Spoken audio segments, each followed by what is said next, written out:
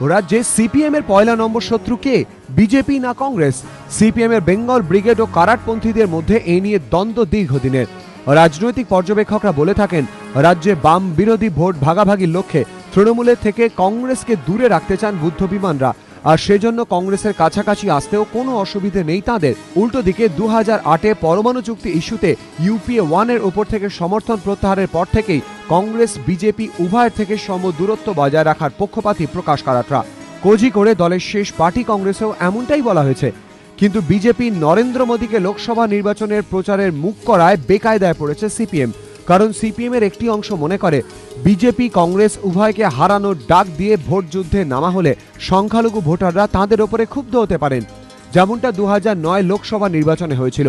কারণ সংখ্যালঘুদের মনে হতে পারে কংগ্রেসকে হারানোর ডাক দিয়ে আদতে নরেন্দ্র মোদীর প্রধানমন্ত্রী পদে বসার সম্ভাবনাকেই জোরালো করছে সিপিএম। রাজনৈতিক মহলে খবর, এই পরিস্থিতিতে আসন্ন লোকসভা নির্বাচনের আগে বিজেপিকে পরাজিত করার ডাক দিয়ে কংগ্রেসের নীতির বিরোধিতা স্লোগানকে সামনে আনারই পক্ষপাতী সিপিএম এর একাংশ।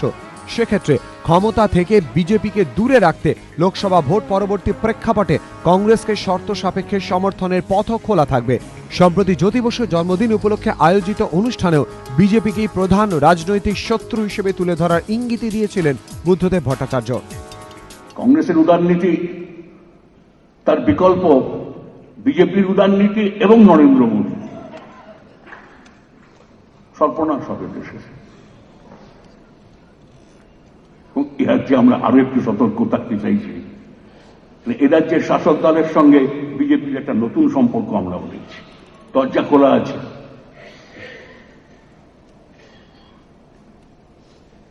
এটি হচ্ছে নতুন বিপদ এ রাজ্যে এখন। আর এবার সিপিএম এর মুখপাত্র পিপলস ডেমোক্রেসিতেও সেদিকেই ইঙ্গিত করা হয়েছে। সম্পাদকীয়তে বলা হয়েছে, আরএসএস বিজেপি ভারতকে যে চেহারা দেওয়ার চেষ্টা করছে, দেশের ভবিষ্যতের স্বার্থে সেই প্রচেষ্টাকে জোরালোভাবে পরাজিত করার একান্ত প্রয়োজন। 1990 সালে লালকৃষ্ণ আদবানির নেতৃত্বে বিজেপি রাম মন্দির ইস্যু তোলার পর সিপিএম এর যে পরিস্থিতি হয়েছিল, এখন নরেন্দ্র মোদীকে বিজেপি লোকসভা নির্বাচনের মুখ করার পর একই পরিস্থিতি তৈরি হয়েছে। আর এই পরিস্থিতি সিপিএমকে ক্রমেই কংগ্রেসের দিকে ঝুঁকতে এক প্রকার বাধ্য করছে বলেই মনে করছে রাজনৈতিক মহল। এবিপি আনন্দ।